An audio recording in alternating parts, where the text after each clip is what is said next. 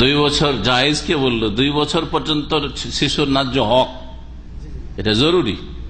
শিশুকে যদি না দেয় তো ভুল করবে। 2 বছর নাজায়েজের দলিল কোথায়? যারা নাজায়েজ বলছে ওদের কাছে দলিল চাইব। আসল হচ্ছে যে দুধ হালাল জিনিস, দুধ হচ্ছে হালাল জিনিস। আচ্ছা, যার দুধ সেই যদি খেয়ে নেয়, আপনাদের প্রশ্ন করছি, ওই মহিলা যদি নিজের দুধটা একটু চিপে খেয়ে নাই তো ফতোয়া কি হবে? হারাম খেলো? সুদ খাওয়ার মতো, ঘুষ খাওয়ার মতো, না কুকুর খাওয়ার মতো, বিড়াল খাওয়ার মতো হারাম খেলো, সারা মদের মতো হারাম খেলো, না বিড়ি খাওয়ার মতো হারাম খেলো? বলেন, হয় হালাল বলেন না হারাম বলেন। হারাম বললে দলিল চাইবো।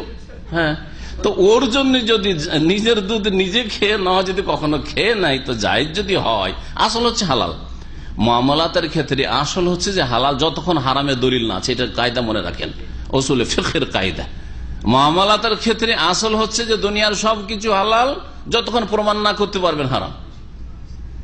আর এবাদতের ক্ষেত্রে তৌকিফ, আসল হচ্ছে যে এবাদত করাই যাবে না যতক্ষণ নবী থেকে প্রমাণ না করতে পারবেন যে এবাদত এরকম নবী করেছেন। এবাদত আর মামলাতে এই পার্থক্য।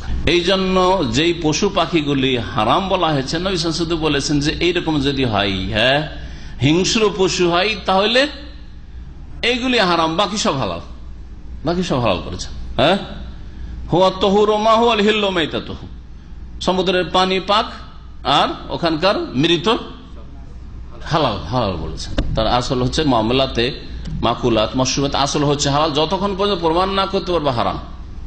মাদক দ্রব্য বা যেগুলি শরীর স্বাস্থ্যের ক্ষতি করে সেগুলি খাবায়েসে ফেলে তখন সেগুলিকে হারাম করতে হবে, না হলে হারাম করার কোনো উপায় আপনার কাছে।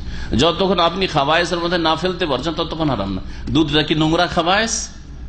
তাতে স্বাস্থ্যের ক্ষতি হবে দুধটা খেয়ে নিলে। ওই মহিলা নিজের যদি দুধ খেয়ে নেয় তো, অথবা আর কারোর ক্ষতি হবে, অথবা আর কিছু হবে যেটাতে ক্ষতি আছে, দিনের ক্ষতি হবে, প্রমাণ করতে হবে। তাহলে বোঝা গেল মুআমালাতে আসল হচ্ছে হালাল। সুতরাং 2 বছরের পরে বাচ্চা যদি দুধ খায় তো জায়েজ রয়েছে।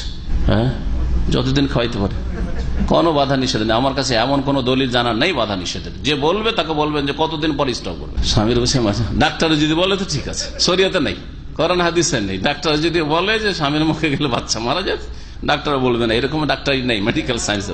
প্রশ্ন ছিল যে 2 বছর দুধ যে বাচ্চাদের খাওয়ার কথা রয়েছে কোরআনে কারিমে, সেটা হচ্ছে ন্যায্য অধিকার, এতে কম করতে পারবেন না।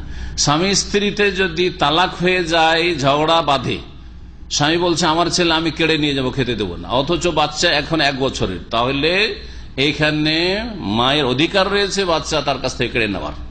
গায়ের জোরে কাটতে না পারে, সরকারের জোরে কাটবে, ক্ষমতার জোরে কাটবে, বোঝা গেছে, আইনের জোরে কাটবে। আচ্ছা, মহিলা যদি বলে যে তুমি আমাকে তালাক দেওয়া, তোমার বাচ্চাকে আমি দুধ খাওয়াবো না, যাও যাও, তোমার 1 বছর 6 মাসের বাচ্চা তুমি নিয়ে যাও। অথবা প্রেম করে পালাচ্ছে, অনেক মহিলা এরকম পালাচ্ছে, 1 বছর 6 মাসের বাচ্চা ছেড়ে দিল একবার টান। তো এরকম যদি হয়, বলছে না না না ওইসব বাচ্চা দুধ খাওয়াইতে পারবো না, তোর বাপকে খাওয়াইতে হবে। দেশি ভাষায় কথা বলে, মাঝে মাঝে আব্দুর রাসূল সাহেব দেশি ভাষায় কথা বললো, আমাদের আঞ্চলিক ভাষায় দুধ খাওয়াইতে হবে, দুধ খাওয়াইতে হবে, মোট কথা।